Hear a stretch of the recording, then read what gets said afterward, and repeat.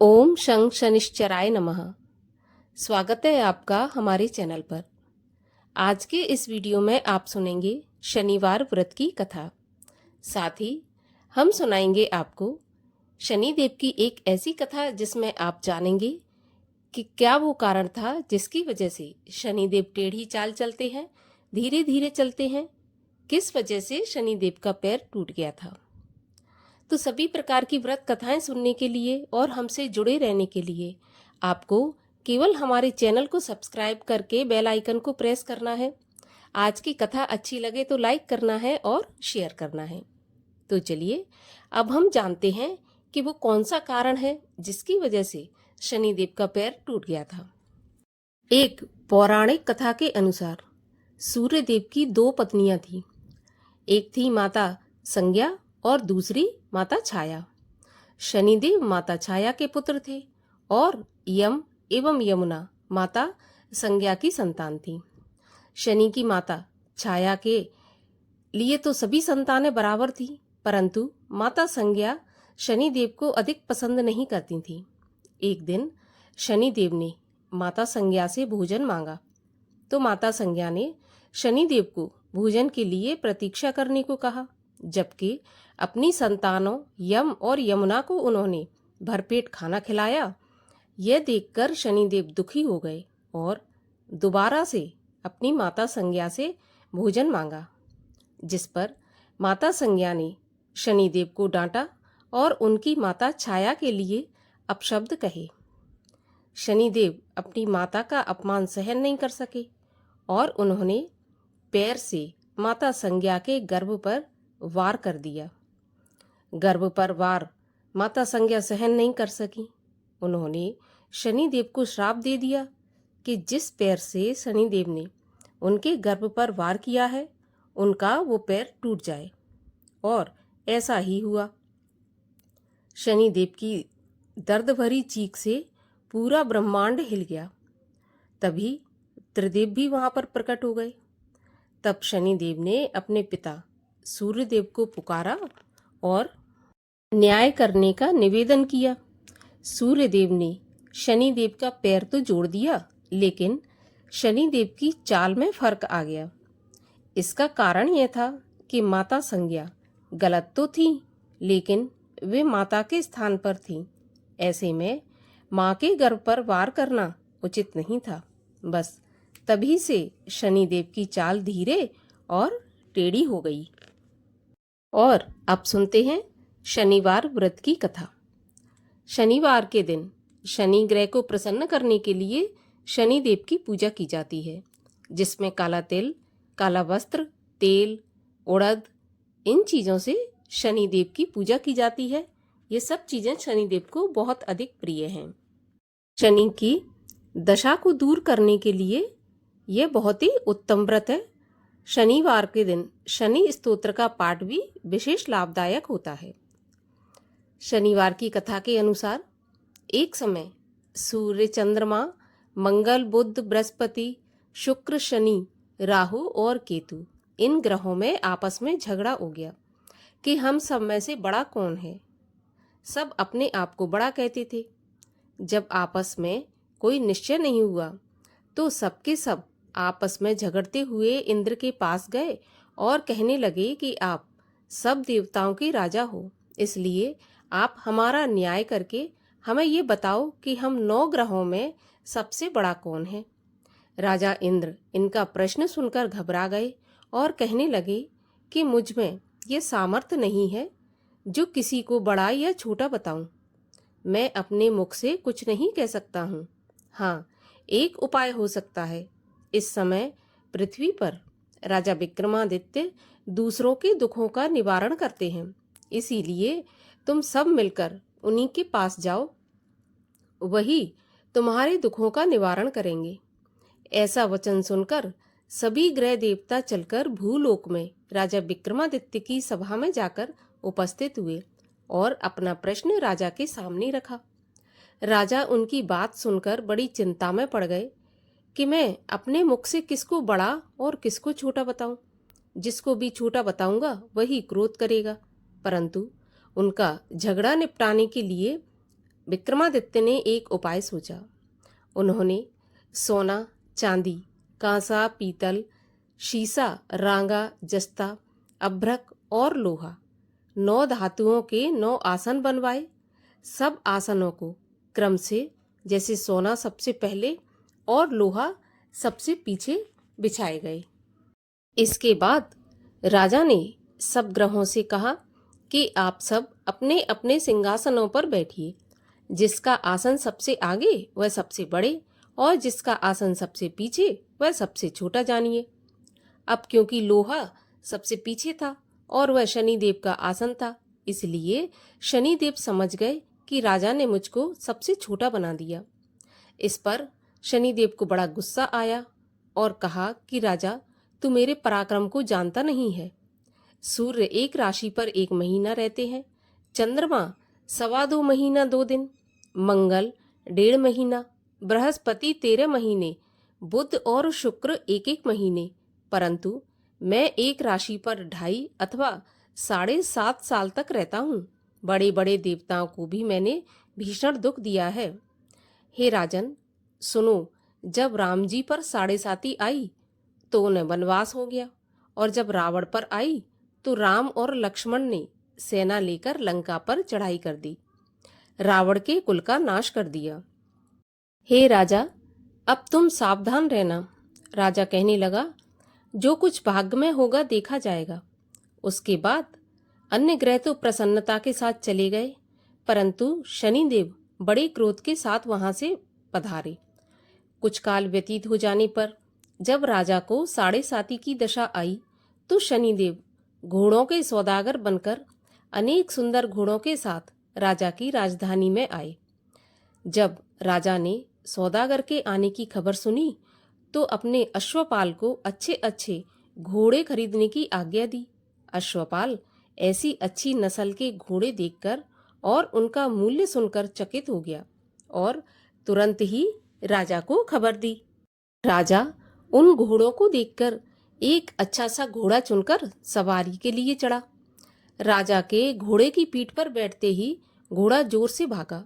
घोड़ा बहुत दूर एक बड़े जंगल में जाकर राजा को छोड़कर गायब हो गया। इसके बाद राजा अकेला जंगल में भटकता फिरता रहा। कुछ देर के बाद राजा ने भूख और प्यास से दुखी होकर भटकते भटकते एक ग्वाले को देखा। ग्वाले ने राजा को प्यास से व्याकुल देखकर पानी पिलाया। राजा की उंगली में एक अंगूठी थी। राजा ने उसे निकालकर प्रसन्नता के साथ ग्वाले को दे दी और शहर की ओर चल दिया। राजा शहर में पहुंचकर एक सेठ की दुकान पर जाकर बैठ गया और अपने आप को उज्जैन का रहने वाला और अपना नाम बीका बताया। सेठ ने उसको कुलीन मनुष्य समझकर जल इत्यादि पिलाया। भाग्यवश उस दिन सेठ की दुकान पर बिक्री बहुत हो गई। तब सेठ उसको भाग्यवान पुरुष समझकर भोजन कराने के लिए अपने साथ ले गया। भोजन करते समय राजा ने आश्चर्य की एक बात देखी कि खूंटी पर एक हार लटक रहा है और वह खूंटी उस हार को निगल रही है। भोजन के पश्चात कमरे में आने पर जब सेठ को कमरे में हार नहीं मिला तो सबने यही सोचा कि सिवाय बीका के यहाँ पर कोई और तो आया नहीं है, अतः अवश्य ही उसी ने हार चोरी किया है। परंतु बीका ने साफ मना कर दिया कि मैंने हार नहीं लिया है। इस पर 5-7 आदमी इकट्ठे होकर उसको फौजदार के पास लाए।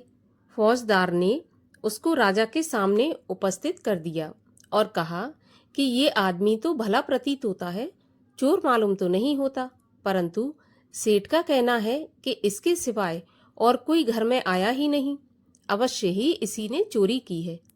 तब राजा ने आज्ञा दी कि इसके हाथ पैर काटकर चौरंगिया किया जाए। राजा की आज्ञा का तुरंत पालन किया गया और बीका के हाथ पैर काट दिए गए।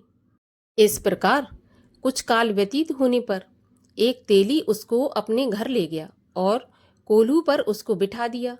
बीका उस पर बैठा हुआ अपनी जुबान से बैल हाँकता रहा। शनि की दशा समाप्त हो गई और एक रात को वर्षा ऋतु के समय वह मल्हार राग गाने लगा।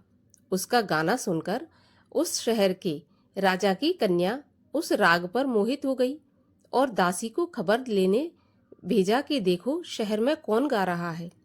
दासी सारे शहर में फिरती फिरती क्या देखती है कि एक तेली के घर में चौरंगिया राग गा रहा है। दासी ने महल में आकर राजकुमारी को सारा वृत्तांत सुना दिया। बस उसी क्षण राजकुमारी ने अपने मन में यह प्रण कर लिया कि चाहे कुछ भी हो, इस चौरंगिया के साथ ही विवाह करूंगी। प्रातःकाल होते ही जब दासी ने राजकुमारी को जगाना चाहा तो राजकुमारी अनशन व्रत लेकर पड़ी रही। तब दासी ने रानी के पास जाकर राजकुमारी के ना उठने का वृत्तांत कहा। रानी ने तुरंत ही वहां पर आकर राजकुमारी को जगाया और उसके दुख का कारण पूछा। तो राजकुमारी ने कहा कि माताजी, मैंने यह प्रण कर लिया है कि तेली के घर में जो चौरंगिया है उसी के साथ विवाह करूंगी। माता ने कहा, पगली, क्या बात कर रही है? तेरा विवाह किसी देश के राजा के साथ किया जाएगा। कन्या कहने लगी, माताजी, मैं अपना प्रण कभी नहीं तोड़ूंगी। माता ने चिंतित होकर यह बात राजा को बताई। जब महाराज ने आकर समझाया कि मैं अभी देश देशांतर में अपने दूत भेजकर सुयोग, रूपवान एवं बड़े से बड़े गुणी राजकुमार के साथ तुम्हारा विवाह करूंगा, ऐसी बात तुमको नहीं सोचनी चाहिए। तब कन्या ने कहा, पिताजी, मैं अपने प्राण त्याग दूंगी परंतु किसी दूसरे से विवाह नहीं करूंगी। इतना सुनकर राजा ने क्रोध से कहा, यदि तेरे भाग्य में ऐसा ही लिखा है तो जैसी तेरी इच्छा हो वैसा ही कर। राजा ने तेली को बुलाकर कहा कि तेरे घर में जो चौरंगिया है उसके साथ मैं अपनी कन्या का विवाह करना चाहता हूँ। तब तेली ने कहा कि यह कैसे हो सकता है? कहाँ आप हमारे राजा और कहाँ मैं एक नीच तेली। परंतु राजा ने कहा कि भाग्य के लिखे को कोई नहीं टाल सकता। अपने घर जाकर विवाह की तैयारी करो। राजा ने भी उसी समय तोरण और बंधनवार लगवाकर अपनी राजकुमारी का विवाह चौरंगिया बना विक्रमादित्य के साथ कर दिया। रात्रि को जब विक्रमादित्य और राजकुमारी महल में सोए तो आधी रात के समय शनिदेव ने विक्रमादित्य को स्वप्न दिया कि राजा, कहो, मुझको छोटा बताकर तुमने कितना दुख उठाया है। राजा ने क्षमा मांगी और शनिदेव ने प्रसन्न होकर विक्रमादित्य को हाथ पैर दे दिए। तब राजा ने कहा, महाराज, मेरी प्रार्थना स्वीकार करें कि जैसा दुख आपने मुझे दिया है ऐसा और किसी को नहीं देना। तब शनिदेव ने कहा कि तुम्हारी यह प्रार्थना स्वीकार है। जो मनुष्य मेरी कथा सुनेगा या कहेगा उसको मेरी दशा में कभी भी किसी भी प्रकार का दुख नहीं उठाना पड़ेगा और जो नित्य ही मेरा ध्यान करेगा या चींटियों को आटा ला लेगा उसके सभी मनोरथ पूर्ण होंगे। ऐसा कहकर शनिदेव अंतर्ध्यान हो गए। राजकुमारी की आंख खुली और उसने राजा के हाथ पांव सही सलामत देखे तो आश्चर्य हुआ। उसको देखकर राजा ने अपना समस्त हाल कहा कि मैं उज्जैन का राजा विक्रमादित्य हूँ। यह बात सुनकर राजकुमारी अत्यंत प्रसन्न हुई। प्रातःकाल राजकुमारी से उसकी सखियों ने पूछा तो उसने अपने पति का सारा वृत्तांत कह सुनाया। तब सबने प्रसन्नता प्रकट की और कहा कि ईश्वर ने आपकी मनोकामना पूर्ण कर दी। जब उस सेठ ने यह बात सुनी तो वह विक्रमादित्य के पास गया और राजा विक्रमादित्य के पैरों पर गिरकर क्षमा मांगने लगा कि आप पर मैंने चोरी का झूठा आरोप लगाया, अतः आप मुझको जो चाहे दंड दें। तब राजा ने कहा, मुझ पर शनिदेव का कोप था, इसी कारण यह सब दुख मुझको प्राप्त हुआ। इसमें तुम्हारा कोई दोष नहीं है। तुम अपने घर जाकर अपना काम करो। सेठ बोला कि मुझे तभी शांति होगी जब आप मेरे घर चलकर प्रीति भोज करेंगे। राजा ने कहा कि जैसी आपकी इच्छा। सेठ ने अपने घर जाकर अनेक प्रकार के सुंदर भोजन बनवाए और राजा विक्रमादित्य को प्रीति भोज दिया। जिस समय विक्रमादित्य भोजन कर रहे थे, एक अत्यंत ही आश्चर्य की बात सबको दिखाई दी कि जो खूंटी पहले हार निगल रही थी, वह अब हार उगल रही है। जब भोजन समाप्त हो गया तो सेठ ने हाथ जोड़कर बहुत सी मोहरें राजा को भेंट की और कहा कि मेरे श्री कंवर नामक एक कन्या है, उसका आप पाणी ग्रहण करें। इसके बाद सेठ ने अपनी कन्या का विवाह राजा के साथ कर दिया और बहुत सा धन दान दहेज आदि दिया। इस प्रकार कुछ दिनों तक वहां निवास करने के पश्चात विक्रमादित्य ने शहर के राजा से कहा कि अब मेरी उज्जैन जाने की इच्छा है। फिर कुछ दिन के बाद विदा लेकर राजकुमारी मनभावनी और सेठ की कन्या श्री कंवरी तथा दोनों जगह के दहेज में प्राप्त अनेक दास दासी रथ और पालकियों सहित विक्रमादित्य उज्जैन की तरफ चले। जब शहर के निकट पहुंचे तो नगरवासियों ने राजा के आने का समाचार सुना तो समस्त उज्जैन की प्रजा अगवानी के लिए आई। तब बड़ी प्रसन्नता से राजा अपने महल में पधारे। सारे शहर में बड़ा भारी महोत्सव मनाया गया और रात्रि को दीपमाला की गई। दूसरे दिन राजा ने शहर में यह सूचना करवाई कि शनि देवता सभी ग्रहों में सर्वोपरि हैं। मैंने इनको छोटा बताया, इसी से मुझको यह दुख प्राप्त हुआ।